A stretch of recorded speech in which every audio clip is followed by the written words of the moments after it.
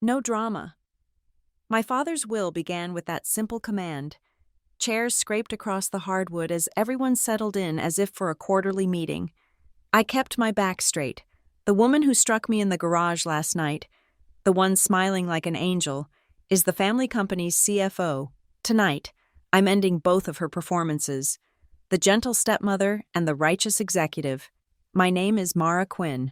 At 32, I am the head of compliance for Halberd and Frost Capital, the firm my father built from Rivertown grit and Midwest steel. Today, I am his daughter, attending the reading of his final directive.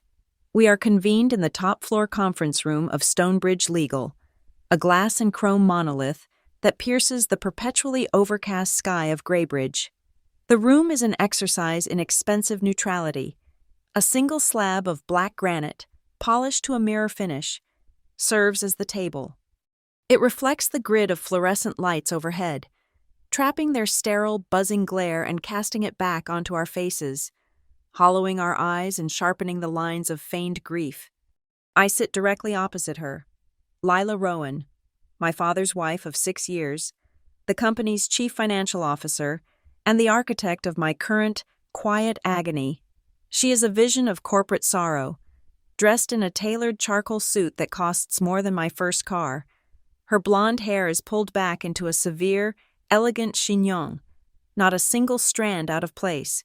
She looks every bit the grieving widow, her expression a masterclass in composed devastation. Only I can see the flicker of triumphant accounting in her pale blue eyes. Only I know the chilling strength in her perfectly manicured hands. A discreet cough from Mr. Abernathy, our family's long-standing legal counsel, stills the rustling of papers and the nervous clearing of throats. He is a man made of gray flannel and dry procedure, his face a roadmap of other people's crises. He gestures to a small, professional-grade audio recorder placed at the head of the table. As per Arthur's instructions, the primary articles of his last will and testament are to be delivered in his own voice. He presses a button. A soft click echoes in the silent room, followed by the faint hiss of magnetic tape. Then, my father's voice fills the space. It is exactly as I remember it. Deep, resonant, accustomed to absolute obedience, a voice that could command boardrooms and bend markets to his will. It feels unnervingly present, as if he were standing just behind my shoulder. This document will be executed with no drama. The words hang in the air. A posthumous command from a man who despised emotional excess, viewing it as a critical flaw in any system, be it a portfolio or a family. All parties will adhere to established procedure. My estate is not a stage for personal grievances. The command has its intended effect. Around the table, the family shifts. My Uncle Robert, my father's younger brother and our head of operations, tugs at the knot of his silk tie, his thick fingers clumsy. His wife, my Aunt Carol, dabs at her dry eyes with a pristine handkerchief.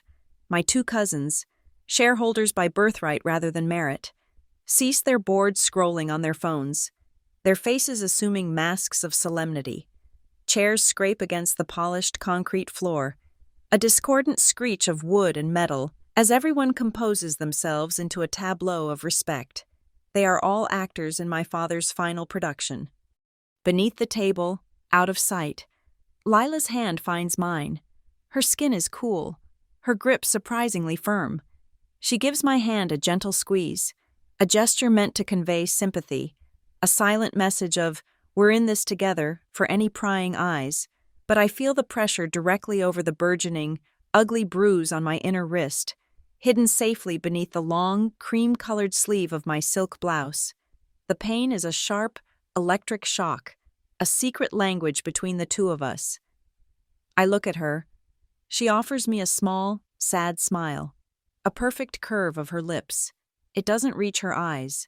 Her eyes are chips of ice, calculating the net worth of the room. Mr. Abernathy clears his throat again, picking up a sheaf of documents as my father's recorded voice fades. Arthur's primary asset, his 90% controlling stake in Halberd and Frost Capital, is subject to a unique provision. He pauses, letting the weight of his words settle. The air thickens with anticipation. Effective immediately. These shares will not be directly transferred. Instead, they are to be held in a temporary fiduciary trust. A low murmur ripples through the room. Uncle Robert leans forward. A trust? For how long? And who's the trustee? Abernathy holds up a hand, silencing him. The trust will be dissolved, and the shares distributed as specified upon the successful completion of a full-scale ethics and practices audit, to be conducted by an independent, third-party firm. The murmur grows louder. An ethics audit? My father ran his company like a fortress. The implication that something was amiss, something he felt the need to investigate from beyond the grave, is a shockwave that destabilizes the room. I watch Lila. Her mask of sorrow doesn't slip, but a new tension hardens the line of her jaw. She had not anticipated this. Furthermore, Abernathy continues, his voice cutting through the noise, the trust is governed by one overriding, non-negotiable clause. He adjusts his glasses and reads directly from the page, his tone flat and clinical. Clause 12b states, should conclusive and legally admissible evidence of significant financial fraud or domestic violence pertaining to any named heir or fiduciary be substantiated during the audit period, or be presented to the executor, that individual's claim to any and all shares is immediately and irrevocably nullified. He looks up, letting the sentence detonate. The forfeited shares, he adds, his eyes scanning the stunned faces, will, in that event, be transferred in their entirety to the other primary party named in the trust. Silence, a deep, profound silence that absorbs all sound. The buzzing of the fluorescent light seems to roar in the vacuum. It's a poison pill, a corporate kill switch, a weapon my father had meticulously crafted and left behind. He must have suspected something was deeply wrong, either in his books or in his home. He had built a fail-safe into his own legacy. I feel a tremor run through Lila's hand where it still holds mine. It is almost imperceptible. The vibration of a finely tuned machine encountering a fatal error, then it is gone. She recovers with breathtaking speed. She releases my hand, pulls a handkerchief from her purse, and dabs at the corner of her eye, a single, perfect tear tracing a path down her cheek. She turns to me, her voice a soft, heartbroken whisper loud enough for everyone to hear. Oh, my poor girl, what a terribly confusing and stressful thing for your father to do. He was under such strain at the end. She leans closer. Her perfume, a cloying scent of white florals and ambition, enveloping me. Don't you worry. Mara, I'll handle this. We'll get through this complication together. Daughter. The word hangs between us, a lie so blatant it is almost an insult. I meet her gaze. I do not flinch. I offer her a single, slow nod, a gesture of quiet acquiescence. My hand rests on the handle of the black leather briefcase at my feet. The leather is cool and smooth under my fingertips. Inside it sits a hardbound dossier, its pages filled with 8 weeks of my life. 8 weeks of sleepless nights spent tracing phantom payments, of cross-referencing encrypted ledgers with shipping manifests, of piecing together a mosaic of deceit so intricate it was almost beautiful. 8 weeks of documenting every lie, every transaction, every threat whispered in a place where no one could hear. Lila turns her attention back to Mr. Abernathy, already formulating her strategy, her mind working through the legal angles and the optics of the situation. She is a predator reassessing her attack. She straightens her back, resting against the high-backed leather chair. She, and everyone else in this room, is completely unaware of the device I placed there an hour ago. Tucked deep inside the seam of the leather upholstery, just behind her elegant chignon, is a micro-recorder, no bigger than a thumbnail. It is voice-activated, its battery life rated for 72 hours of continuous recording. It's a tool of my trade, compliance and control. My father taught me well, adhere to procedure, and document everything. The game was not just beginning. I had already made my opening move before anyone else even knew they were on the board. Halberd and Frost Capital was my father's testament, carved out of the American Midwest. It wasn't a flashy Wall Street firm trading in abstract futures. It was a company of concrete and steel, specializing in the quiet, essential business of healthcare infrastructure. We financed hospitals in rural counties, built state-of-the-art diagnostic labs in forgotten towns, and underwrote the logistical networks that supplied them. My father believed in tangible assets and measurable good. The company's reputation, like its bond rating, was AAA, stable, reliable, and impeccably ethical. It was a perfect institution, and every perfect institution has a perfect public face. Lila Rowan entered our lives not through a courtship, but through an executive search. She arrived 5 years after my mother's death, hired as the new chief financial officer, a brilliant strategist, poached from a competitor in Chicago. With her came a new corporate vocabulary. She introduced a company-wide Culture of Kindness initiative, complete with mandatory empathy workshops and professionally catered healing circles in the corporate atrium. She spoke of the company not as a business, but as a family, a community. She was a whirlwind of enlightened corporate philosophy, and my father, a man who understood balance sheets but was lost in the landscape of his own grief, was captivated. Within a year, she was not only his CFO, she was his wife. She wasn't just managing the company's assets, she was managing him. Our family dinners transformed into carefully staged performances of corporate harmony. They were held in the main dining room of my father's house, a cavernous space of dark wood and ancestral portraits. The table always set for 12, whether we were 3 or 10. Lila would sit at one end, a gracious hostess, guiding the conversation with surgical precision. She would tell anecdotes about her latest philanthropic venture or expound upon the moral imperative of total financial transparency. She'd smile at me, a warm, inclusive smile for the benefit of my father and any visiting board members. "Mara knows," she'd say, raising her wine glass in a toast. "Compliance and conscience are two sides of the same coin." I remember one dinner vividly. About a year into her tenure, a major investor was present. Lila was holding forth on her new ethical vendor program, a system she designed to ensure all our contractors met rigorous standards of social and environmental responsibility. Her voice was calm and persuasive, her arguments unassailable. She was magnificent. Everyone was spellbound.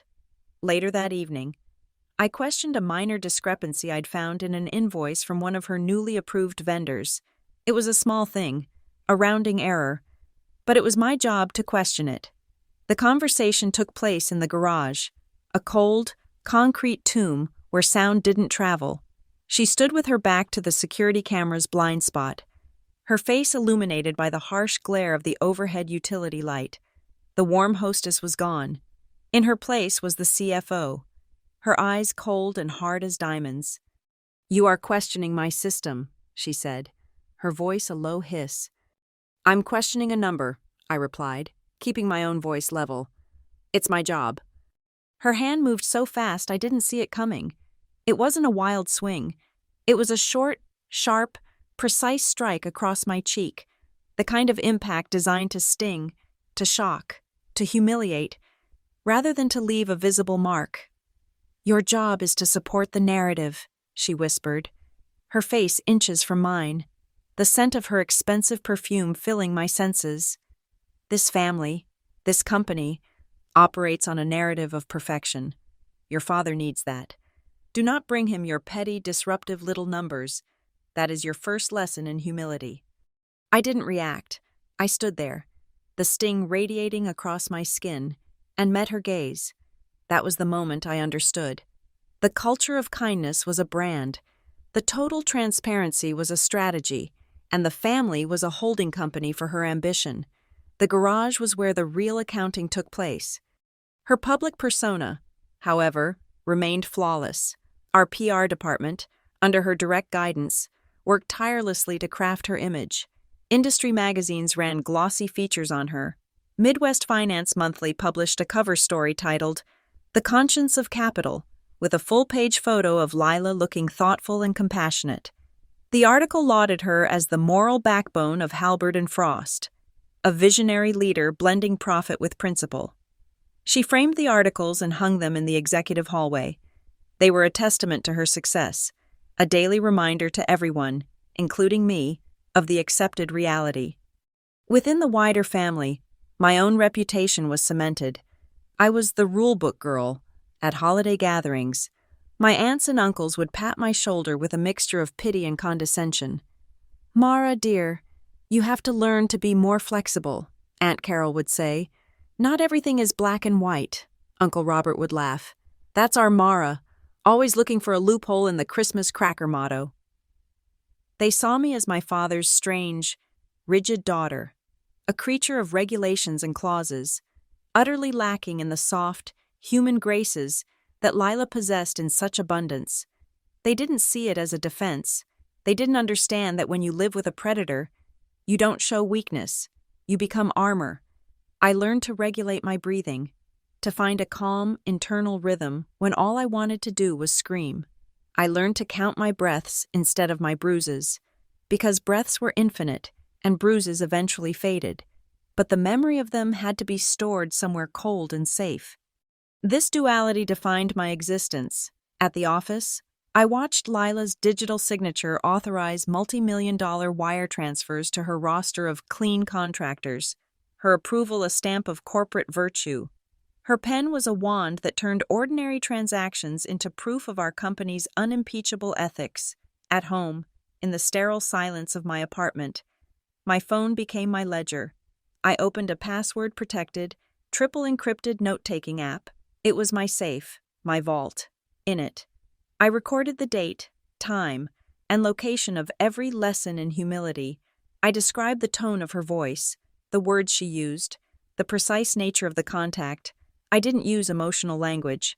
I wrote with the cold, dispassionate clarity of a compliance report filing an incident. November 12th. Kitchen pantry. Disagreement over Q3 projections. Right hand. Open palm. Left cheek. Admonishment to stay in my lane. It was a meticulous, painful archive of the truth. In public, I never raised my voice. I never contradicted her in a board meeting. I never complained to my father, who saw only the brilliant, supportive wife who had brought order to his life, to cry, to accuse, to show the world my pain would have been a catastrophic mistake. They would have labeled me hysterical, jealous, the classic trope of the wicked stepdaughter story, but in reverse, it would be drama, and my father had forbidden drama. So I remained silent in crowds, but I spoke to the rules. I spoke the language of the bylaws, the federal regulations, the SEC filings. Those were my weapons, my allies. They were impartial. They did not care about Lila's charm or my supposed lack of it. They cared only about data, patterns, and proof. I didn't want their sympathy. I didn't want my uncle to finally look at me with understanding or my aunt to offer a tearful apology. Pity is a useless currency. It spends itself in a moment of shared discomfort and leaves nothing behind. It changes nothing. I didn't want to be a victim. I wanted to be a plaintiff.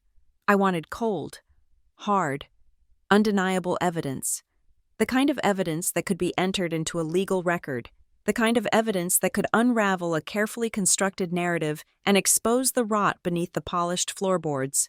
I wanted proof, and I knew, with the certainty of a dedicated auditor, that a system as corrupt as hers, no matter how perfectly designed, always leaves a trail. I just had to find it. The crack in the ledger didn't appear as a gaping chasm, but as a hairline fracture, a statistical improbability visible only to someone looking for it. It began late one Tuesday night, long after the Graybridge skyline had dissolved into a grid of isolated lights. I was in my office, running a new algorithmic analysis on vendor payment cycles, a piece of compliance software I designed myself. The program flagged an anomaly, a cluster of invoices from a group of satellite contractors, all based in the sleepy, unincorporated town of Northmore, a place known for little more than a defunct paper mill and a good fishing spot. The invoices were for a range of vague services: logistical consulting, site maintenance, personnel support. They were all for different amounts, submitted on different dates, but the algorithm saw what the human eye would miss. It cross-referenced sentence structure, metadata, and formatting down to the kerning of the font. The result was a 97% similarity score across the entire cluster. It was the digital equivalent of one person trying to disguise their handwriting a dozen different ways. It was sloppy, and that wasn't Lila's style. It was a deliberate, calculated sloppiness, designed to be overlooked as benign inefficiency. My first real jolt came when I traced the point of origin for the invoice submissions. These were small-time contractors. I expected their digital footprints to lead back to dusty office parks or residential IP addresses in Northmore. I ran a network trace, the packet data routed through a series of proxies, but the final submission node, the source that uploaded the invoices into our system, was an IP address I recognized. It was a private, fiber optic line registered not to an office, but to a luxury residence. It was the service address for Lila Rowan's penthouse apartment downtown. The fraud wasn't happening out in the boondocks of Northmore. It was being uploaded from the heart of the city.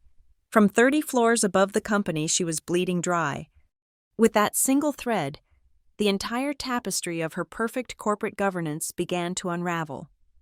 I moved from accounts payable to payroll, a much more sensitive and heavily firewalled system. I spent a week writing a custom script to search for ghost employees, not by looking for fake names, but by searching for anomalies in their social security numbers. I found them, a handful of project-based employees, all added in the last 2 years, each with a 6-figure salary. Their social security numbers weren't fakes, they were permutations. Take a valid number from a real employee, transpose the last 2 digits, and you create a new, seemingly valid identity that passes a cursory check. It was a classic shell game, moving numbers around to create phantom people whose paychecks could be diverted. Then I found her primary mechanism, the suspense account. Every company has one, a temporary holding account for unclassified transactions. Under Lila, ours had become a revolving door. Huge sums would move into the account in the final week of a fiscal quarter, artificially inflating our cash-on-hand figures just in time for the earnings announcement. Then, in the first few days of the new quarter, the money would vanish, funneled out in a series of rapid, complex transfers. It was a high-wire act of financial manipulation, designed to impress the board and inflate stock value based on phantom performance. She wasn't just stealing, she was terraforming the company's financial reality to suit her narrative. I began to map it out on a secure, air-gapped laptop in my apartment. The diagram grew into a monstrous web. At the center was Lila. Branching off from her were the 4 shell companies operating under the guise of Northmore contractors. They were the entry point for the cash. The money was then funneled through 2 proxy entities registered offshore, their ownership obscured by layers of corporate secrecy.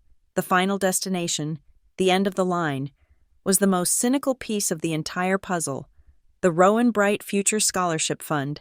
It was a registered charity, one of Lila's pet projects, lauded in the press for providing educational grants to underprivileged students. It was also her personal washing machine, cleansing the stolen money and converting it into legitimate, philanthropic capital that she could access at will. Numbers and diagrams were not enough. My father had built his empire on tangible assets, and I needed to anchor my digital discoveries in the physical world. For every fraudulent invoice for site maintenance, I pulled the corresponding warehouse access logs. For every bill of lading from a phantom logistics company, I cross-referenced security camera footage from the truck stops along the stated delivery routes. The discrepancies were stark. Trucks that supposedly delivered medical equipment to a new clinic were seen on camera 200 miles away, hauling lumber. Warehouse doors that were logged as opened for a parts delivery never moved. Each broken link in her digital chain I pinned down with a time-stamped photograph, a sworn affidavit from a security guard, a piece of the real world that her lies could not erase. The 2 streams of my life, the corporate investigation and the private torment, finally merged one rainy Thursday evening. It was another lesson in the garage, This one over a risk assessment report I had submitted that she felt was unnecessarily alarmist. It was the usual, a sharp grip on my wrist, a low, threatening monologue about loyalty, but this time was different. This time, as I drove away, I didn't just go home and write in my secure digital notepad. I drove to a 24-hour private medical clinic. I had the nurse photograph the deep, finger-shaped bruises forming on my wrist. I got a signed, dated medical report documenting the injury. Back in my office the next morning, I opened a new file. It was a standard workplace safety incident report. Under Nature of Incident, I typed, "Physical altercation resulting in minor injury." Under Location, I wrote, "Off-site." I attached the high-resolution, time-stamped photos of my bruised wrist. I was treating my own body as a piece of evidence, my trauma as a data point in a larger investigation. The report was filed digitally, submitted into the company's system not as a complaint against Lila, but as an anonymous report of an off-site incident, where it would sit, a ticking time bomb, in a searchable database. The dossier was nearly complete. It was a mountain of evidence, irrefutable and interconnected, but presenting it myself would be suicide. She would bury me in litigation, paint me as a disgruntled, vindictive stepdaughter. I needed to activate the system my father had built. Under the company's whistleblower policy, a policy Lila herself had championed, I had the right to submit a report to an independent legal counsel, bypassing the internal chain of command entirely. I created a sanitized version of the report, removing any personal identifiers, but preserving the core evidence of financial fraud. I sent the encrypted package from a public library computer to the private email of Julian Croft, the firm's designated independent ethics advisor, a man whose entire career was built on his incorruptibility. It was my insurance policy, an official record logged outside her sphere of influence. The final step was securing the complete dossier, the master file, containing everything, the financial data, the video evidence, the medical reports, the recordings, needed a sanctuary. My father, a man paranoid about corporate espionage, had created a digital fortress within our own servers. He called it Vault 7. It was a black box server, completely isolated from the main network, its contents protected by military-grade encryption that even our own IT department couldn't crack. It could only be accessed by two keys used simultaneously. One was a physical cryptographic key that he had given to me years ago. "For a day you hope never comes," he'd said. The other key was not a physical object, but a digital authorization, an access code embedded within the testamentary documents held by his lawyer. The vault could only be fully opened when my key and the authority of his will were brought together. My evidence was now locked away in a place only a convergence of my knowledge and his death could access. I looked at the calendar. The Q3 earnings announcement was scheduled for October 15th. It would be Lila's victory lap, a presentation of the beautifully inflated numbers she had so carefully manufactured. A quick call to Mr. Abernathy's office under the pretense of a procedural question confirmed my timing. The reading of the will was scheduled for the same day. Just 2 hours before the earnings call, the day of her greatest triumph would also be the day of her final audit. My deadline was set. Everything would converge on that day. My father's command and my quiet rebellion would finally meet. The week leading up to the will reading was a study in controlled silence. The plan was no longer a theoretical construct. It was a machine set in motion, each gear and piston moving according to a precise and unforgiving schedule. The first move had to be hers, an unforced error born of arrogance. On the Monday before the reading, 3 days before the world was set to shift on its axis, I initiated the sequence. From my work terminal, I composed an email to Lila. My tone was carefully calibrated to sound like a diligent, slightly flustered compliance officer who had stumbled upon a minor but potentially embarrassing clerical issue. The subject line read, "Minor discrepancy in Vendor 41B contract." Vendor 41B was one of her Northmore shell companies, the one funneling money into the scholarship fund. "Lila," I wrote, "apologies for flagging this so late in the quarter, But my final review has caught a small signature mismatch on the indemnity clause for vendor 41B. It's likely just a procedural hiccup, but for the Q3 audit trail to be clean, it needs to be rectified. I've attached a corrected addendum. If you could execute an urgent adjustment, we can close the file before the earnings announcement. I'm happy to handle it through the standard channels, though it might generate a few automated flags. Let me know how you'd like to proceed. Mara? Every word was a carefully chosen lure. Minor discrepancy to downplay the significance. Audit trail to trigger her obsession with a clean narrative. Standard channels and automated flags were the teeth of the trap, suggesting a bureaucratic mess she would want to avoid at all costs. The urgent adjustment was the bait itself, a pre-formatted digital document I had created that, once signed, would create an undeniable link. The response came in less than 4 minutes. An email alert chimed softly on my desktop. Her reply was a model of dismissive efficiency. I'll handle it. Don't make a mess with flags. Mara, send the direct execution link. I read the words twice, then a third time. Don't make a mess. It was her mantra, her guiding principle for me. I was the mess, the complication, the loose variable she constantly had to control. I sent her the link. The hook was set. That evening, the inevitable summons arrived via text message. Garage, 10 minutes. I was prepared. Before leaving my apartment, I had swapped the top button of my charcoal gray blazer for a replacement. It was a high-resolution camera, its lens indistinguishable from the other polished horn buttons. The audio would be captured separately. My father had been an early adopter of smart home technology, and the garage was wired with a suite of motion and sound sensors, all feeding back to a central server. He'd installed them for security. I was using them for posterity. The air in the garage was cold and smelled of gasoline and damp concrete. Lila stood near her white Tesla, a phantom in the dim light. She didn't waste time with pleasantries. "Vendor 41B, she said, her voice flat. "Why were you looking at a Northmore contract?" "It was a random spot check," I said. My own voice, even. "Part of the pre-audit protocol." "My protocols," she reminded me. "You found a problem. You bring it to me. Quietly. You do not put it in an email." She took a step closer. "You almost created a permanent record of a non-issue. Do you understand how careless that is?" This was the moment. I needed her face, her anger, clearly in frame. I shifted my weight slightly, turning my torso as if in deference, a subtle movement that angled the button camera directly at her. I thought it was better to document. The slap was as I expected, quick, precise, the crack echoing in the concrete space. My head snapped to the side. I didn't raise a hand to my cheek. I simply absorbed the impact, letting my body be the instrument of her undoing.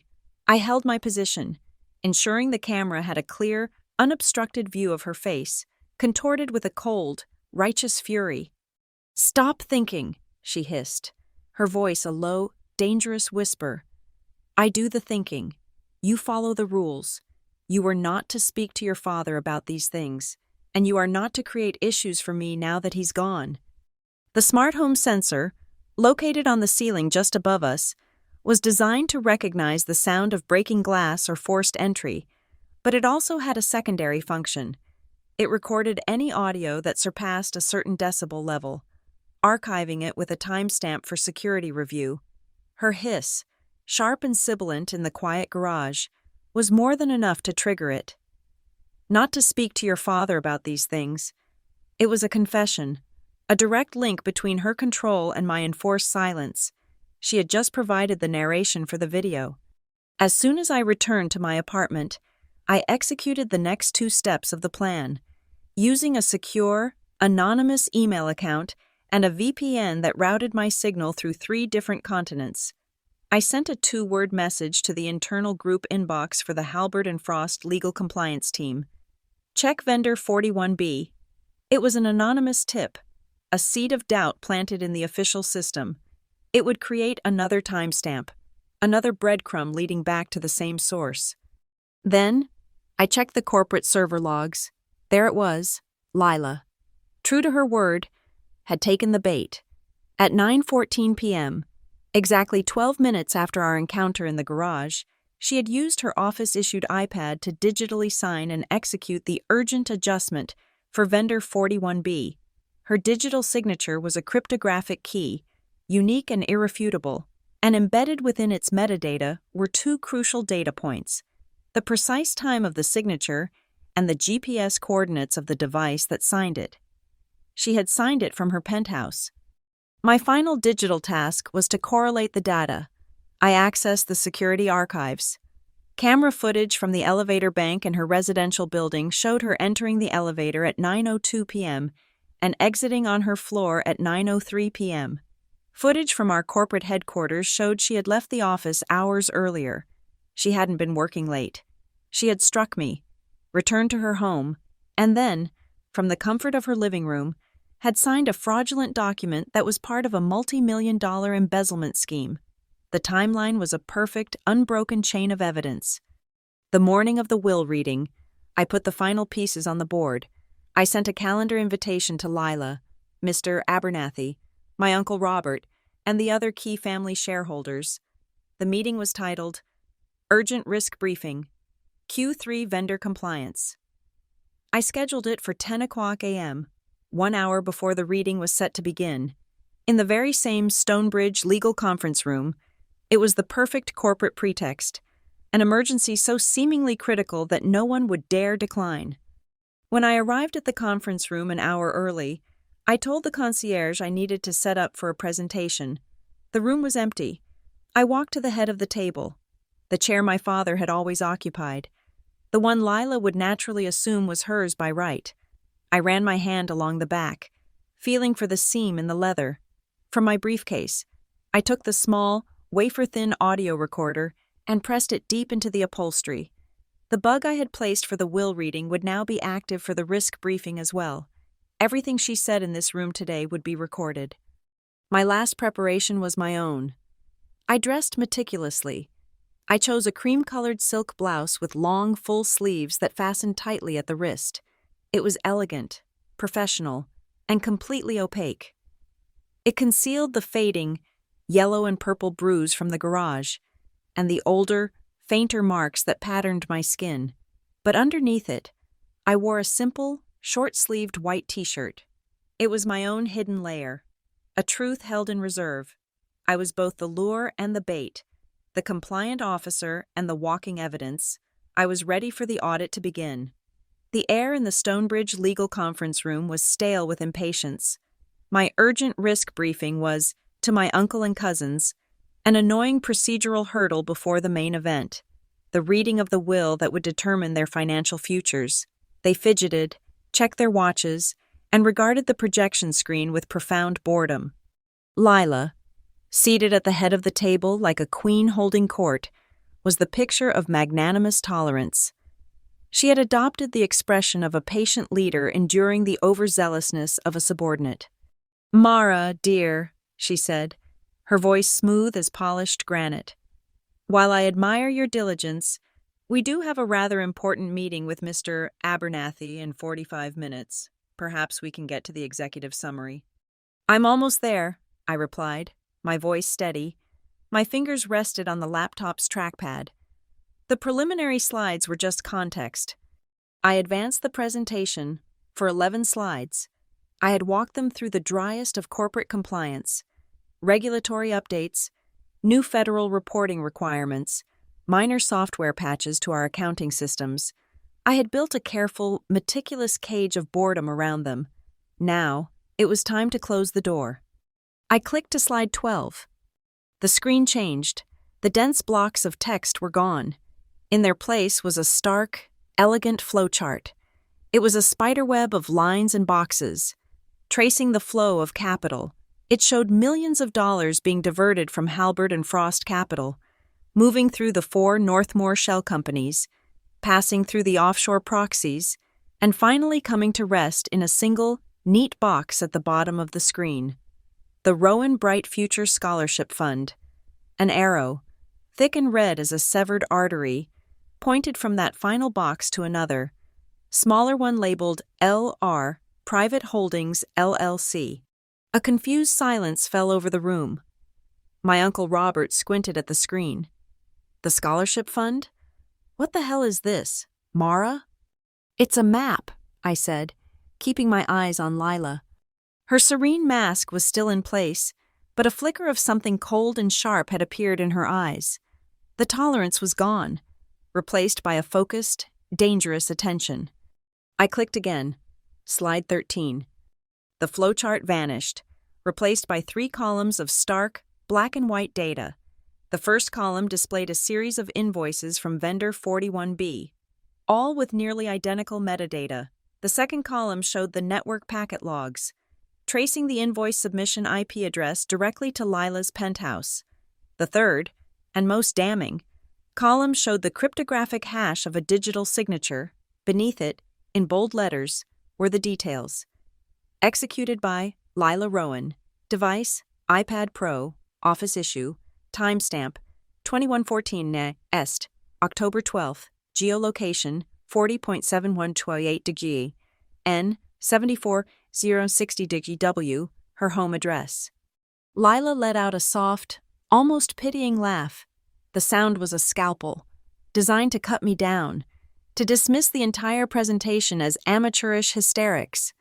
Mara, she said, shaking her head slowly, a sad, disappointed smile playing on her lips. She turned to the others, her expression one of profound sympathy for my obvious confusion. I know how complex these data streams can be. You're misinterpreting raw data. These are routine suspense account transfers, part of a tax deferment strategy your father and I approved. You've taken perfectly normal procedure and twisted it into something sinister. She looked back at me. It's all right. You're stressed. We all are. Her condescension was the final cue.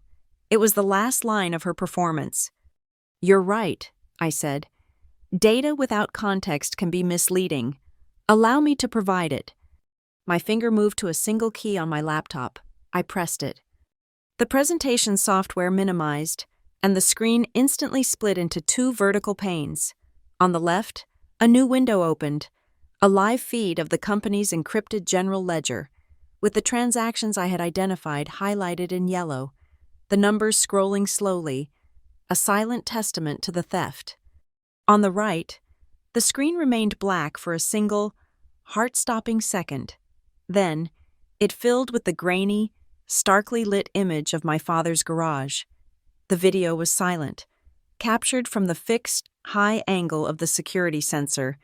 It showed 2 figures, me, standing still, and Lila, her face a mask of cold fury. We watched the silent film of her speaking, stepping forward. We saw her hand move in a swift, violent arc. We saw my head snap to the side. The room froze. Time itself seemed to coagulate. The hum of the air conditioning, the distant sound of city traffic, my own heartbeat. Everything stopped. The only movement was on the screen. The silent woman striking the silent girl. My cousin dropped his phone. It clattered onto the granite table, the sound like a gunshot in the dead silence. Then I pressed the spacebar. The audio, captured from the recorder I had planted, flooded the room, perfectly synchronized with the video. Stop thinking. I do the thinking. You follow the rules. You were not to speak to your father about these things. Lila's voice, a venomous whisper amplified by the room's speakers, echoed around us. It was her, undeniably. Her words, her threat, her confession. A chair scraped harshly against the floor. Uncle Robert had pushed himself back from the table, his face a mottled canvas of disbelief and horror. The others were statues, their eyes locked on the screen. Watching the ghost in the machine confess to the crimes of the woman sitting at the head of the table. The video played on a loop, the slap, the whisper, the silence, again and again, a balance sheet of violence. I let it play. I turned slowly in my chair to face Lila. Her face was white, the mask was gone, shattered into a million pieces. All that was left was a terrifying, feral rage mixed with pure animal panic. Then, slowly, methodically, I reached down with my right hand and took the cuff of my left sleeve. I pulled it back, up my forearm, revealing the ugly, blossoming bruise on my inner wrist. It was a week old, the edges fading into a sickly yellow-green, but the center was still a deep, angry purple. The finger marks were still visible. For the record, I said, my voice cutting through the sound of the looping video. This is from an earlier incident, the one documented in the anonymous off-site safety report filed last Thursday, which includes time-stamped photographs from a private medical clinic. Mr. Abernathy, who had been watching with the impassive face of a veteran lawyer, finally spoke. He did not look at Lila. He looked at the documents in front of him, the will he was scheduled to read. His voice was dry, a recitation of fact. Clause 12b, he stated, his voice carrying the full weight of my father's final command. Should conclusive and legally admissible evidence of significant financial fraud or domestic violence pertaining to any named heir or fiduciary be substantiated, that individual's claim to any and all shares is immediately and irrevocably nullified. The forfeited shares will be transferred in their entirety to the other primary party named in the trust. I did not cry. I did not raise my voice. The time for emotional response was a luxury I had never been afforded. Instead, I looked directly at Lila, whose eyes were now blazing with a desperate, cornered hatred. I spoke to her, but my words were for everyone in the room. And pursuant to Halbert and Frost Company policy, Section 804, subsection C, I said, my voice as clear and cold as a winter morning. Any act of retribution or retaliation against a whistleblower who reports misconduct in good faith is grounds for immediate termination and potential legal action. That was what broke her. The invocation of her own corporate machinery, the rules she had weaponized, now being turned against her. It was a language she understood perfectly. She moved with a speed that was shocking, lunging from her chair, her hand outstretched, not towards me, but towards the power cord connecting the projector to the wall socket. It was a primal, desperate act. To plunge the room into darkness, to kill the evidence, to silence the ghost in the garage. Her fingers brushed the thick black cable. She yanked. The cord came free from the wall. The screen flickered for half a second, and then it came back on. Just as bright, just as clear. The video of the slap, the sound of her voice, continued their relentless loop. I had come prepared. The projector, like my laptop, was running on its fully charged internal battery. A quiet, green indicator light glowed on its casing, a fail-safe for her fail-safe. She stood there, frozen, her hand still holding the useless plug, the severed connection to her power. The scrolling numbers of her theft and the repeating video of her violence illuminated her face. There was nowhere left for her to perform. The silence that followed Lila's failed attempt to kill the lights was absolute. The only sounds were the whisper of her voice from the speakers and the soft hum of the projector's fan. She stood frozen, the useless power cord dangling from her hand like a dead snake. All the fight, the fury, the performance had drained out of her, leaving behind the hollow shell of a woman whose world had just been systematically dismantled. Mr. Abernathy was the first to break the spell. He did not look at Lila. He cleared his throat, a dry procedural sound, and addressed the room as if he were testifying in court. For the record, he began, his voice devoid of emotion. I am viewing what appears to be time-stamped, high-resolution video footage originating from the late Mr. Quinn's home security server. The digital signature on the vendor 41B contract, as displayed, contains a verifiable cryptographic hash. The server logs confirming the IP address and time of signature constitute a legally admissible chain of evidence. He paused, adjusting his glasses. The digital and physical evidence presented is, by any reasonable standard, conclusive. Each word was a nail being hammered into the lid of her corporate coffin. He then picked up the bound copy of my father's will.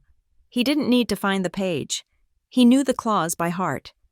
Therefore, effective this moment, Pursuant to Clause 12B of the last will and testament of Arthur Quinn, the conditions for share forfeiture have been met.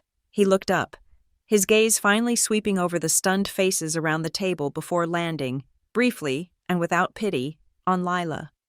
Lila Rowan's claim to all shares, assets, and fiduciary appointments described herein is nullified. As per the testator's directive, said shares are to be immediately transferred into the Halbert and Frost Fiduciary Trust. He turned a page. The sole trustee and administrator of this trust is named as Mara Quinn. The power shifted. It was a tangible event, and tectonic realignment of the room's gravity. It wasn't a cheer or a gasp. It was a sudden, sharp intake of breath from everyone at once. The air thinned. Lila swayed on her feet, her hand gripping the edge of the granite table to steady herself. My Uncle Robert, his face pale, finally found his voice. It was hoarse, shocked, but laced with the instinct of a corporate animal sensing a mortal threat to the herd. This constitutes gross malfeasance, a catastrophic breach of fiduciary duty. He looked not at me, but at the other two family shareholders, his sons, who for the first time in their lives looked utterly terrified. I am invoking Article 4 of the corporate bylaws. This is an emergency session of the Board of Directors. I call for an immediate vote of no confidence in the Chief Financial Officer, Lila Rowan. Seconded, I said quietly. All in favor? Robert demanded. 4 hands, including my own, shot into the air. It was unanimous. It was over. Before we proceed, I said, turning to my laptop, I believe it is prudent to inform the board that 2 weeks ago, I acted under our whistleblower policy. I initiated a video call. A second later, a man's face appeared on the left pane of the projection screen, next to the looping video. He was older, with sharp eyes and an expression of tired integrity. This is Julian Croft, the firm's designated independent ethics counsel. Mr. Croft, can you confirm receipt of an anonymous report concerning financial irregularities? Croft's image nodded. I can, he said, his voice crisp. I confirm receipt of a detailed report with substantial preliminary evidence, based on my review, and on the evidence I am currently witnessing via this conference. My office has, as of 30 minutes ago, forwarded a formal referral and all accompanying documentation to the Division of Enforcement at the U.S. Securities and Exchange Commission, the SEC, the final, unassailable authority. The word landed in the room with the force of a physical blow. This was no longer just a family drama or a corporate coup. It was a federal case. It was then that Lila seemed to find a last, desperate reserve of defiance. No, she rasped, her voice cracking. It's a lie, a setup. She faked it all. The video, the logs. She's a vindictive little liar trying to steal her father's company. I didn't argue. I didn't defend myself. I simply presented the final piece of the timeline. The garage security footage is time-stamped at 8:52 p.m. last Monday, I said calmly. My email to you about Vendor 41B was sent hours earlier.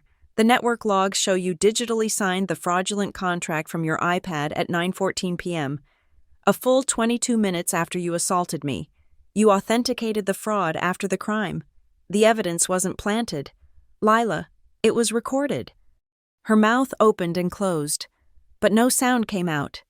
And in that perfect, damning silence, her phone, which she had placed on the table in front of her, began to vibrate. The screen lit up. The caller ID was stark. Northmore Construction. It was a drowning woman's reflex, an instinct to grab onto anything. She lunged for the phone, her fingers fumbling with the screen. In her panic, she swiped the wrong way, answering the call and accidentally activating the speakerphone. A man's voice, tinny and frantic, erupted from the device. Lila? It's Mike.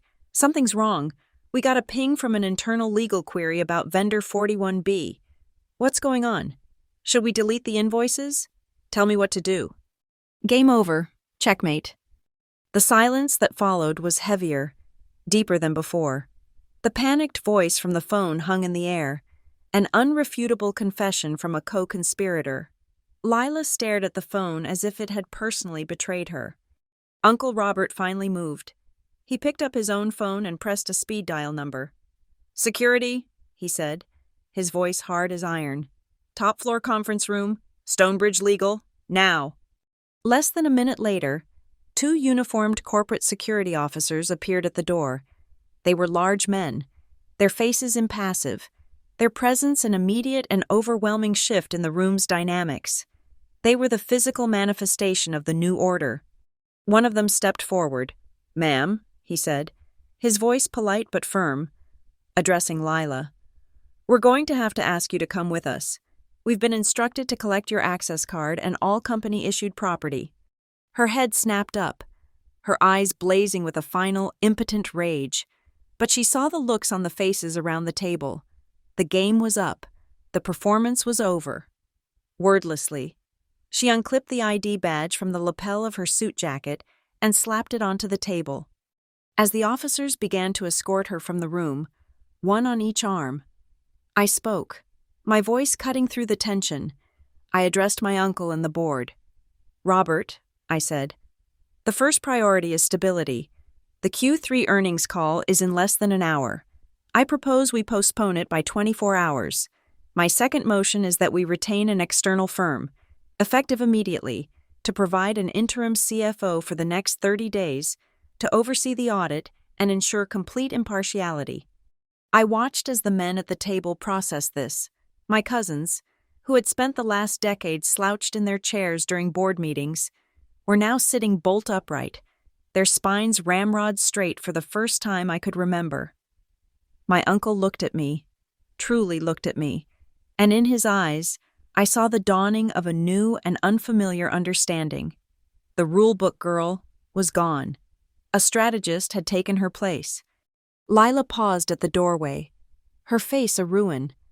She gave me one last look, a distillation of pure hatred. I met her gaze without expression. I picked up the remote and turned off the projector. The image of the garage vanished, and the room was once again just a room, lit by the cold, buzzing fluorescent lights. I looked from the empty chair at the head of the table to the shocked faces of my family. "No drama," I said, the words echoing my father's will, a final, quiet assertion of control. "It's just procedure." The security officers did not touch her beyond a light, guiding hand on her elbow. It was a gesture of profound procedural courtesy, the kind reserved for high-level executives being escorted from the building. As Lila passed the threshold of the conference room, I heard a faint, dry clatter, like tiny falling stones. It was her pearl necklace, swinging against the buttons of her suit jacket. The sound was small, insignificant, yet it felt like the final punctuation mark on her entire reign. Then she was gone, and the heavy door clicked shut, leaving a vacuum in its wake. All eyes turned to the chair at the head of the table. It was just a piece of furniture, black leather and polished chrome, but it was a throne, and it was now empty. It seemed to pulse with a residual energy, a lingering heat from the person who had just occupied it.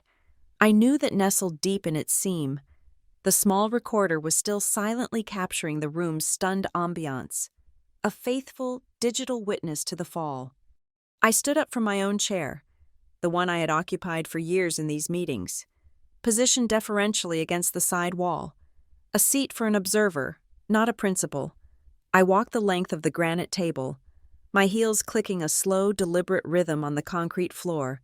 The walk felt 100 miles long. Every eye followed me. I was not striding in triumph. I was moving to fill a void, to prevent the chaos that a power vacuum inevitably invites. I reached the head of the table and pulled out the chair. It felt warm. I did not sit down immediately. Instead, I placed my hands on its high back. Assuming a position of stewardship, I was not here to rule. I was here to execute procedure. At 10:47 a.m., I announced, my voice clear and caring in the still room. An automated email was sent from my office to all registered shareholders of Halberd and Frost Capital, including those not present in this room. A few phones on the table buzzed in unison, a chorus of confirmation. The email contains a link to a secure server, On that server is a complete, unedited audio and video recording of this morning's risk briefing. The implications sank in. The evidence was no longer contained within these four walls.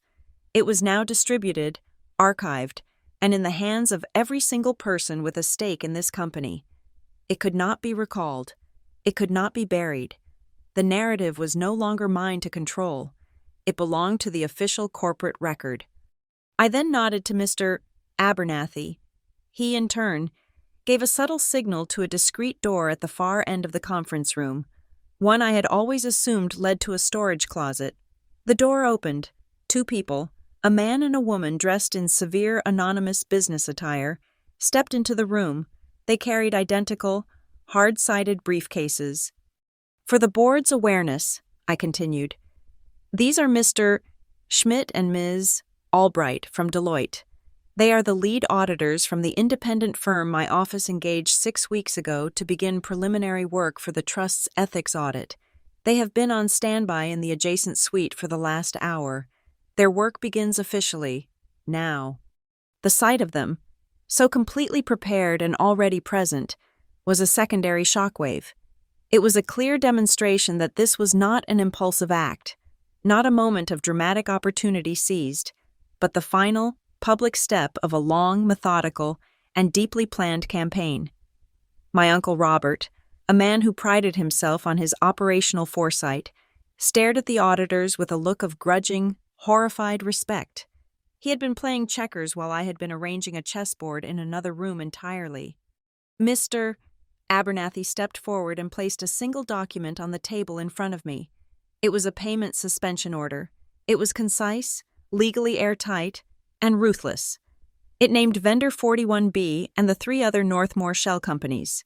It instructed the Halbert and Frost Treasury Department to immediately freeze all current and future payments to these entities, pending the results of a federal investigation. I picked up the pen Abernathy offered. It was heavy, cold, and perfectly balanced. My signature, the same Mara Quinn I had been signing on compliance reports for years, flowed across the bottom of the page. It felt different this time. It was not a signature of review or approval. It was a signature of command. With that stroke of ink, I had just cut off the blood supply to Lila's entire criminal enterprise. As I set the pen down, Mr. Abernathy picked up the will one last time. He turned to the final page, a section that had been sealed separately. "There is one final codicil from Arthur," he said, his voice taking on a different, less clinical tone.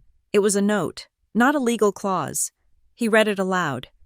"A company is a system of rules, but it is built by people, and people can be bent. They can be corrupted, or they can be broken. The only true asset, the only thing that cannot be leveraged or liquidated, is its integrity. I leave Halbert and Frost not to the smartest heir or the most ruthless, but to the one who holds its ethics as their own. Whoever keeps the company's integrity keeps the company." As he finished reading, a draft of wind seemed to snake through the room, activated by the opening and closing of doors. It rustled the papers on the table, a sound like dry leaves, and in that moment, I felt a tension release inside my chest that I hadn't even realized I was holding. I took a deep, shuddering breath and let it out slowly. It was the first time in 6 years I had truly exhaled. My phone, resting on the table beside my briefcase, vibrated silently. I glanced at the screen. It was a text message from Julian Croft, the independent counsel. It contained only 4 words. "SEC receipt confirmed, acknowledged." It was done. The process was now federal. It was out of my hands, out of the family's hands. It was in the unyielding, procedural grip of the United States government. I looked down at my own arm, still exposed where I had rolled back the sleeve. The bruise, in the cold light of the conference room, looked less like an injury and more like a map, a topographical survey of a past transgression. It was no longer a secret shame, a silent scream for help. By displaying it here, by making it part of the official record, I had transformed it. It was no longer my pain. It was Exhibit A. It was not a plea. It was testimony. It was a fact, as cold and hard as the granite table, and it had just sealed the fate of a 90% controlling stake in a multi-billion-dollar corporation. The moment stretched, thick with the weight of everything that had just happened, and from far down the hallway, beyond the closed door, I heard it one last time, the faint, receding clatter of Lila's pearls, a final, fading whisper of a fallen dynasty. The 48 hours that followed were not a whirlwind of chaos, but a sequence of controlled demolitions. The shockwave from the conference room did not dissipate. It propagated outwards in a series of predictable, cascading events. The dominoes fell, one by one, exactly as the system was designed for them to fall. Hour 1-8. The market. The first tremor hit the market. In the pre-market trading session following the postponed earnings call, shares of Halbert and Frost Capital plummeted. Algorithms, reacting to the uncertainty, triggered sell-offs. By the opening bell, we were down 3%. It was a significant, but not catastrophic, drop. Then, at 9:31 a.m., our corporate communications department, acting on my direct orders, issued a formal press release. It was a masterpiece of corporate transparency, drafted by Mr. Abernathy and myself. It announced the immediate termination of the CFO, the initiation of a full-scale internal and independent investigation into financial misconduct, and the full cooperation of the board with a pending SEC inquiry. It did not mention Lila by name.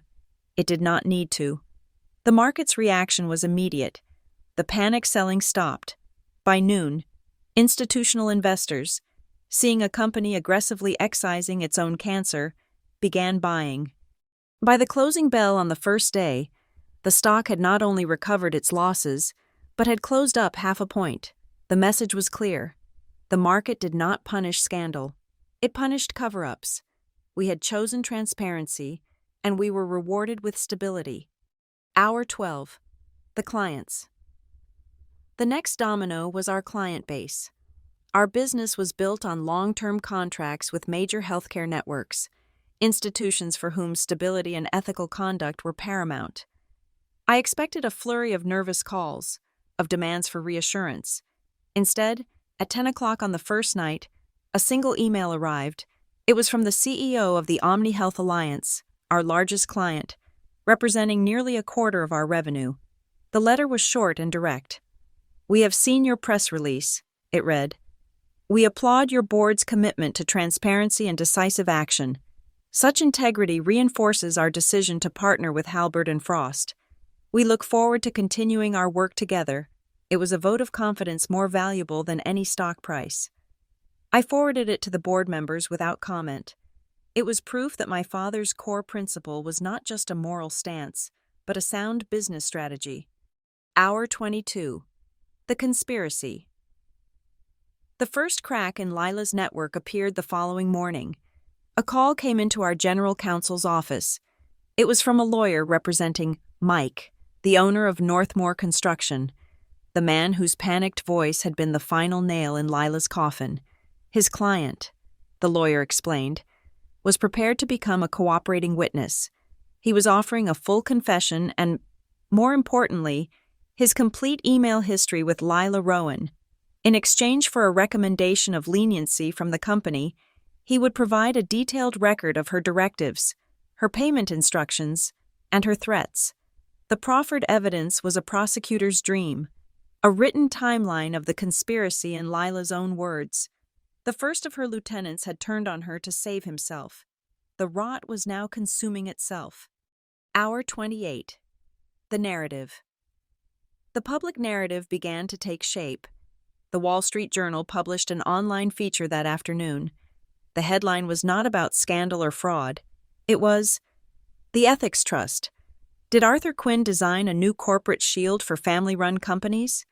The article, written by a respected financial journalist, portrayed my father's will not as a domestic drama, but as a revolutionary act of corporate governance. Clause 12B was analyzed as a self-executing poison pill, designed to protect a company from internal corruption. My actions were framed not as those of a vengeful daughter, but as those of a fiduciary executor activating a founder's ultimate fail-safe. The story was no longer about Lila's crimes. It was about the strength of the system that had exposed them. We were not victims of a scandal. We were the architects of a solution. Hour 34. The culture. The shockwave hit the company's internal culture, the human resources department. On my instruction, established a 24/7 anonymous ethics hotline managed by an external third party. The announcement went out in a company-wide email, guaranteeing the protections of Section 804 of our own policy. No retaliation. For years, Lila's culture of kindness had been a tool of suppression, a layer of corporate jargon that made genuine complaint impossible. Now, the dam was breaking. In the first night of the hotline's operation, 3 new reports were filed. They were unrelated to Lila's financial fraud. They were about other managers, other departments, other long-suppressed issues of harassment and misconduct. People were beginning to believe that the rules might actually apply to everyone. The fear was beginning to recede. Hour 40. The law. My own legal process moved forward with quiet efficiency. 2 detectives from the Graybridge Police Department met me not at the station, but in Mr. Abernathy's office. It was a formal interview, a statement for the record. They were professional, respectful, and direct. I recounted the events of the last 2 years, focusing on the specific incidents I had logged in my private notes.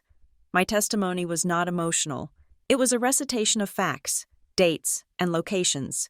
I provided them with the full, unedited video from the garage and the certified medical report from the private clinic.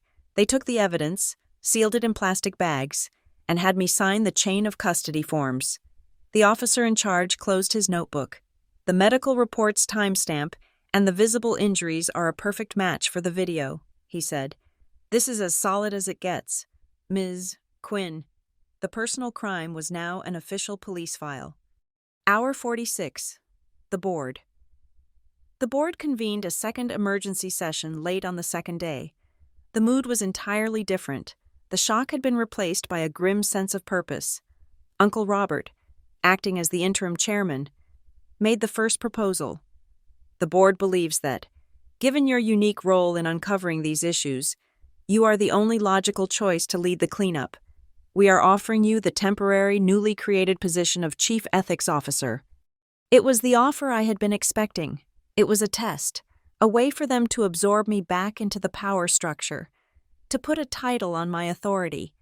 I looked at the faces around the table, my family, who now saw me as a savior, but who were still products of the system that had allowed Lila to flourish. I respectfully decline, I said. Their surprise was obvious. This company does not need another family member in a position of oversight. That is the culture we are trying to fix. The Chief Ethics Officer should be an independent outsider, someone with no ties to this family or this board. I will remain head of compliance. My job is to enforce the rules, not to write them. I had not seized power to hoard it. I had seized it to distribute it, to give it back to the system itself. Hour 47. The ripple. An email appeared in my personal inbox. It was from a name I didn't recognize. An analyst in the logistics department. The message was 3 sentences long. I've worked here for 15 years. I always thought something was wrong with the Northmore shipping manifests, but I was too afraid to say anything. Thank you for speaking up. I read the message 3 times. Of all the events of the last 2 days, the market's validation, the client's support, the board's deference, this quiet note from a stranger was the thing that pierced through my armor of procedure. It was the first time I understood that my silence had not only protected me, but it had also imprisoned others. Hour 48. The deletion. Late that night, alone in my apartment, I opened my old, encrypted notepad, the one where I had logged every threat, every slap, every moment of humiliation, before closing it for good. I ran a search. I typed in a single phrase. I'm sorry. There it was, a draft message, written to myself 6 months ago after a particularly brutal lesson. It was a message of apology. Apology for not being stronger, for not being smarter, for not being able to stop her, for causing my father stress, It was a litany of self-blame, the quiet, corrosive thoughts of a victim.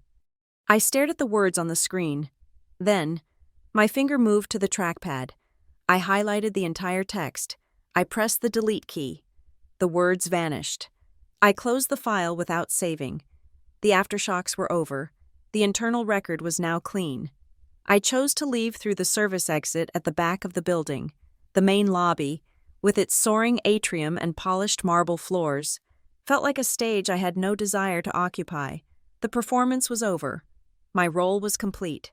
I wanted the quiet anonymity of a back alley, the simple finality of a steel door closing behind me. The door opened into a small, covered loading bay that gave way to the executive parking lot. The space was vast and empty now, a dark mirror of asphalt reflecting the bruised purple of the late evening sky. A thin, persistent rain was falling. Not a storm, but a cold, steady drizzle that misted the air and slicked the ground, blurring the white lines of the parking spaces. The only light came from a single, sodium vapor lamp high on a steel pole, casting a sickly orange glow and making the shadows long and deep. The sound of the city was a distant, muffled roar, leaving the immediate world to the quiet, rhythmic patter of the rain on the concrete overhang.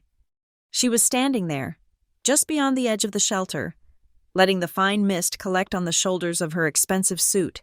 She was a silhouette against the soupy, orange light. Her posture, for the first time since I had known her, was not perfect. There was a slight slump to her shoulders, a subtle curve in her spine that spoke of a weight she was no longer able to bear with grace. She didn't have her briefcase. She didn't have the company-issued phone, and pinned to the lapel of her charcoal jacket, there was only a small, empty space where her executive access badge had been. She was untethered, an object without an anchor, waiting in the rain. I paused in the doorway, my hand still on the cool metal of the door. I had expected this. Not here, not now, perhaps, but I knew there would be one last attempt at a conversation, one final scene she would feel compelled to play. My first instinct was to turn around, to take a different exit, to deny her the encounter, but that would have been an act of avoidance, an act of fear, and I was done with fear. The audit was complete. This was merely the post-ledger notes. I let the door close behind me, its heavy click echoing in the empty space. I walked toward her, my footsteps the only sound besides the rain. I stopped a careful 10 feet away, close enough for conversation, far enough to maintain a perimeter that was now non-negotiable. She turned her head slowly, her face emerging from the shadows. The rain had dampened the perfect blonde chignon, and a few stray strands clung to her cheek. Her makeup, for the first time, was not flawless. There were faint, dark smudges beneath her eyes, the tracks of tears she had shed in private. Away from the audience she had lost. But her eyes, when they met mine, were not filled with tears. They were hard and dry, burning with a cold, distilled rage. "You're going to destroy this family," she said. Her voice was not the controlled, melodic instrument she used in boardrooms. It was raw, scraped, the sound of shattered glass. The accusation hung in the damp air between us. It was her opening gambit, an attempt to reframe the narrative one last time, to cast me as the villain, the demolitions expert. Years ago, those words would have found their mark, a perfectly aimed dart of guilt that would have pierced my resolve. But I was not the same person. I had spent too long studying the true architecture of our family. "No," I replied, my own voice quiet but firm, letting the rain swallow the sharp edges of my words. "I just protected it." I took a half step forward, closing the distance just enough to make my point land with precision.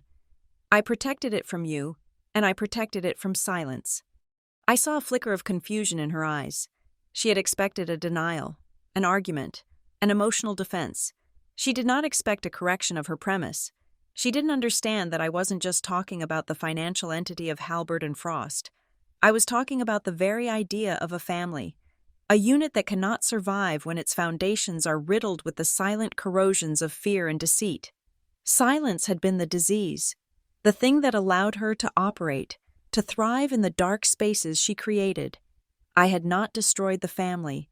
I had flooded the dark spaces with light. She processed this, her mind, ever the strategist, searching for a new angle of attack. She tilted her head, her expression shifting from raw anger to a kind of clinical, contemptuous curiosity. "Is that what this was?" she asked, her voice dropping to a near whisper. "All those years of quiet resentment, was this all just revenge?" Revenge. The word felt small, cheap, a motive from a bad melodrama. It was the word she wanted me to accept, a word that would reduce everything I had done to a petty, personal vendetta. It would make me her equal, another player in a dirty game of emotional warfare. It would invalidate the cold, hard, procedural truth of her crimes. "No," I said. I looked directly into her eyes, holding her gaze, refusing to let her look away. I wanted her to see the absolute certainty behind my words, to understand that this was not a matter of feeling but of fact. This was an audit. I let the word hang in the air. An audit, the most terrifying word in her vocabulary. It spoke of scrutiny, of verification, of an impartial, unemotional examination of the books. It was the language of consequences, not of passion. It described a process where balance sheets must be reconciled, where every asset and liability is accounted for, where lies are not permissible data points. I had not sought to hurt her. I had sought to correct the record. I had audited the company's finances, and I had audited its soul, and in both, I had found her to be a catastrophic liability. For a moment, I thought she was going to scream. Her jaw tightened, a muscle twitching violently beneath her skin, her hands clenched into fists at her sides, and then something in her seemed to break. The rage collapsed, replaced by a desperate, horrifying flicker of the old Lila. The manipulator, the performer, her expression softened, her shoulders slumped further, and she took a step toward me, her hand rising, palm open, in a gesture that was meant to be one of conciliation, of a shared, tragic humanity. "Mara," she began, her voice suddenly pleading. I took a sharp, reflexive step back. The motion was instinctive, a physical recoil from a threat I had been conditioned to anticipate for years. My retreat left her hand hanging in the empty, rain-filled air between us. The performance was over. There would be no more touching. There would be no more feigned intimacy. That part of the ledger was permanently closed. The rejection, the simple, physical act of my retreat, seemed to land harder than any word I had spoken. Her face crumpled. The final mask had fallen away, and all that was left was the raw, gaping void of her defeat. I looked at her, this woman who had been the architect of my quiet suffering, and I felt nothing, no triumph, no pity, no anger, just a sense of completion, a file being closed. "Section 804, I said, my voice flat, a final recitation from the rulebook that now governed our world. No retaliation. It was not a threat. It was a statement of fact, a reminder of the new boundary, the new law that she could no longer transgress. It was my final word on the matter. Then I turned and walked away from her, not looking back. I walked past the empty executive parking spaces, their white lines gleaming in the rain. I walked toward the distant glow of the main street. Behind me, the steady patter of the rain was the only sound, a soft gray noise that swallowed her last words, swallowed the entire history of our silent war. I did not know what she did next. I did not care. It was no longer my concern. Ahead of me, at the edge of the corporate campus, was the revolving glass door that led out into the real world. As I approached, its motion sensor detected my presence, and it began to turn. Smooth and silent, it opened for me without effort, a clean, circular motion, as light and as final as a concluding sentence. I returned to the conference room later that day. The auditors had departed, taking with them the first wave of digital files. The board had dispersed, retreating to their respective offices to manage the controlled fallout. Mr. Abernathy had returned to his own firm. laden with documents that would begin the long, formal process of executing the will as it was now understood. The room was empty, a silent battlefield after the final shot had been fired. A cleaning crew had been through. The granite table was wiped clean, the water glasses removed, the stray papers collected.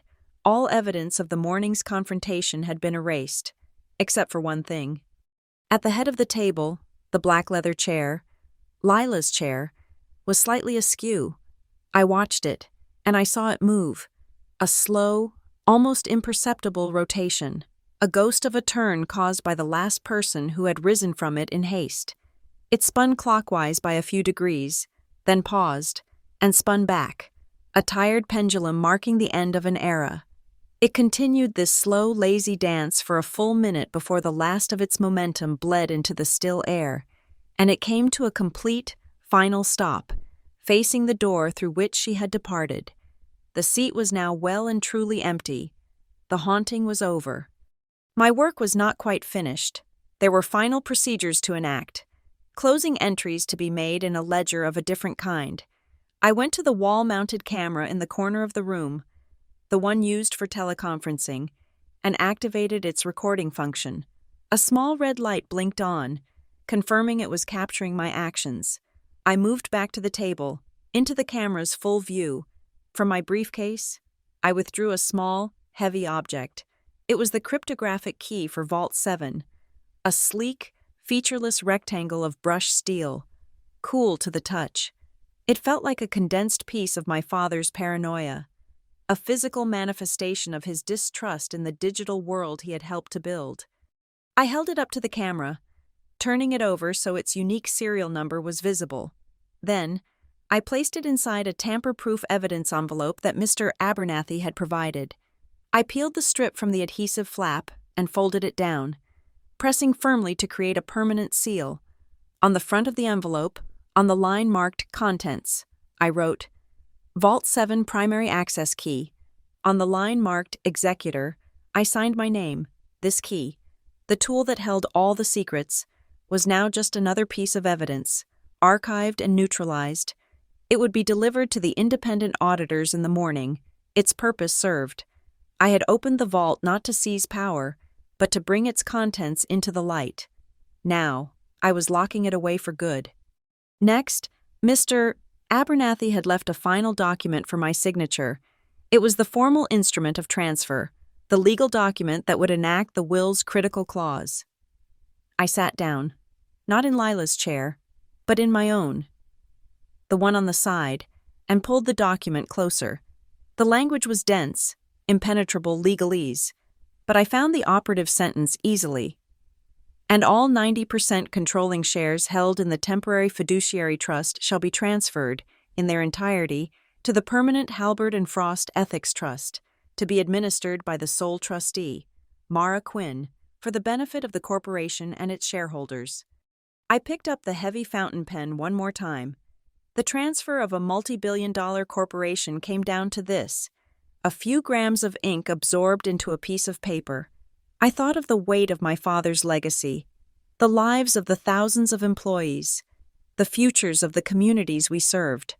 For a brief, dizzying moment, the scale of it threatened to overwhelm me. This was a responsibility I had never sought, a power I had never craved, but it was also the outcome of a promise I had made to myself in the silence of my own home, a promise to see the audit through to its conclusion. I was not an heir claiming an inheritance. I was a compliance officer closing a case file. I signed my name. The ink was dark and absolute. I slid the document into a folder for Abernathy's courier. The ownership of Halbert and Frost Capital was no longer personal. It was now procedural. My last official act of the day was to communicate with the company. I returned to my office, the familiar, quiet space that had been my sanctuary and my command center. I sat at my desk and opened a new email, addressed to the All Employees distribution list. My fingers hovered over the keyboard. I could have written a speech. I could have spoken of a new era, of renewed values, of healing and moving forward. I could have tried to inspire, but that was Lila's way. That was the language of performance. The company didn't need a new performer. It needed a new set of expectations. I typed a single sentence. We do not need heroes, we need rules. I hit send. The message was delivered to over 3,000 inboxes instantaneously. It was a statement of principle, a mission statement, and a warning, all in 8 words. The age of personality was over. The age of procedure had begun. I stood up and walked to the window, looking out over the lights of Greybridge as dusk settled over the city. I looked down at my arm, at the place where the bruise had been a stark and ugly mark. It had faded now, a pale, yellowish shadow against my skin, a ghost of an injury that no longer ached. It was a physical record that was now almost erased, its purpose served, its testimony rendered and accepted. I pulled my sleeve down over it. When I was ready, I shut down my computer, gathered my personal belongings, and walked to the door of my office. I paused with my hand on the light switch. This room had been a cage and a fortress. Now, it was just an office. I flicked the switch, plunging the room into darkness. I did not take the executive elevator. I did not expect a car to be waiting. I took the central stairs down to the ground floor and left the building through the main employee entrance, the same one the analysts and administrative assistants used every day. There was no escort. There were no flashing cameras or shouted questions from reporters. The world was not celebrating a victory or mourning a tragedy. It was simply another Tuesday evening. A few of my colleagues, leaving for the night, nodded to me as I passed, their expressions a mixture of curiosity and a new, uncertain respect. I nodded back. There was nothing more to say. I stepped out onto the sidewalk. The rain had stopped. The air was cool and clean, washed clear of the day's humidity. The streetlights reflected off the wet pavement, creating a shimmering, clean-swept path before me. The city felt quiet, orderly, as if a great, unspoken pressure had finally been lifted. The sidewalk was as clean and unambiguous as a newly balanced ledger. There would be no epilogue. There would be no further negotiations, no tearful reunions, no dramatic confrontations in the months to come. The SEC would do its work. The auditors would do theirs. The law would follow its slow, grinding, and inevitable course. The system, once activated, would run itself. My part was done. My father's will had begun with a simple command, a directive from a man who despised chaos above all else. No drama. I had complied. The end. Thank you so much for listening to the story. It means the world to have you here. I'd love to know where you're tuning in from, so please drop a comment below and let's connect. What did you think of Mara's journey? Share your thoughts with our community. If you enjoyed this narrative, please consider subscribing to the channel and giving this video a like. And if you want to help this story reach even more listeners, please support us by hitting that hype button. Your support makes all of this possible.